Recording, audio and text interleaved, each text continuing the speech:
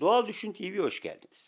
Bu videoda hıyarımızı hastalıklardan koruyabilecek, daha kaliteli, daha lezzetli meyve almamızı sağlayacak, bununla birlikte hıyarın döllenmesine ihtiyacımız olan arı gibi polinatörleri de üzerine çekebilecek bazı bitkileri görelim.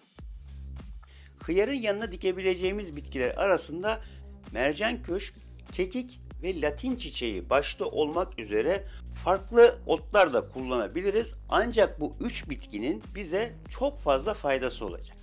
Bunlarla birlikte dereotu, balm otlarından limon nanesi, bildiğimiz nane, havuç, çili biber, maydanoz, fesleğen, selam otu, sarımsak da dikebiliriz.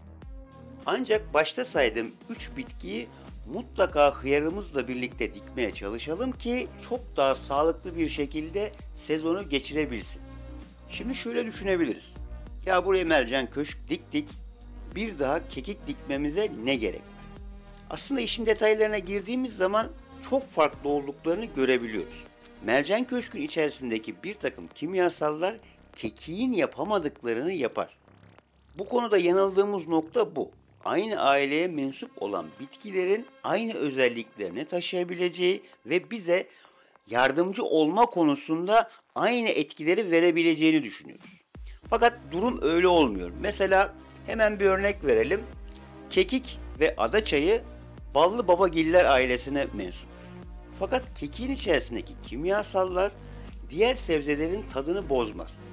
Ancak adaçayının içerisindeki kimyasallar çok baskın olduğu için diğer sebzelerin tadını bozar.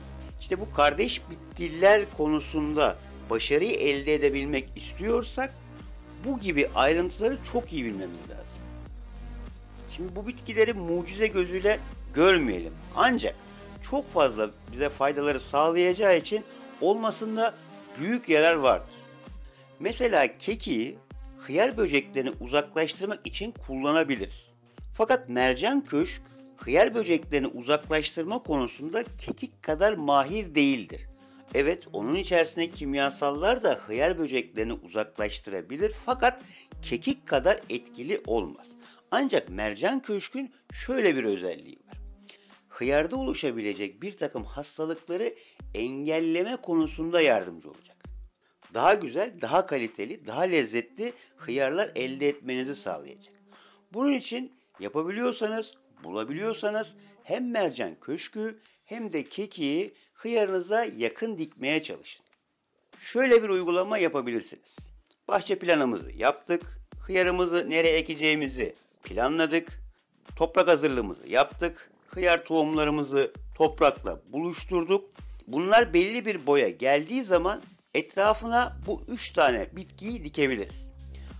Tavsiyem hıyar tohumlarını toprağa ektiğiniz dakikada da bu mercan köşk, kekik ve latini de aynı şekilde toprakla buluşturun. Çünkü bu bitkilerin hem kökünden hem de yeşil aksamlarından salgıladığı kimyasallar ortama hakim olacaktır ve hıyarın gelişmesi çok daha güzel olacaktır. Öyle bir imkanınız yoksa da hıyarınız 1-2 karış oldu, askıya aldınız, belli bir askı sistemi oluşturdunuz. Ondan sonra da bu ot ve çiçekleri getirip etrafına dikebilirsiniz. Ancak şu detayı gözden kaçırmayın. Mercan köşk ve kekik hıyara daha yakın dikilir.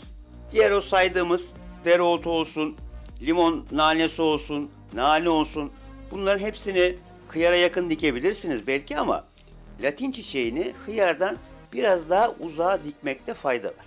Latin çiçeği konusunda bir yanlış anlama var diyelim. Bu yanlış anlama hep bizi sıkıntıya sokuyor aslında. Latin çiçeği emici böcekleri uzaklaştırmaz. Tam tersine çok daha lezzetli, çok daha kolay yenilebilir bir çiçek olduğu için bu emici böcekler bunun üzerine gelirler. Bu şekilde de bizim ana bitkimizden uzak dururlar.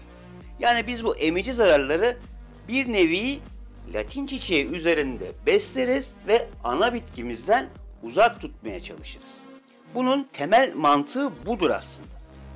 Emici böcekler latin çiçeğin üzerine geleceği için Buradan hıyarımıza atlamaması, hıyarımıza bulaşmaması adına biraz daha uzak dikebilirsek çok daha iyi olur.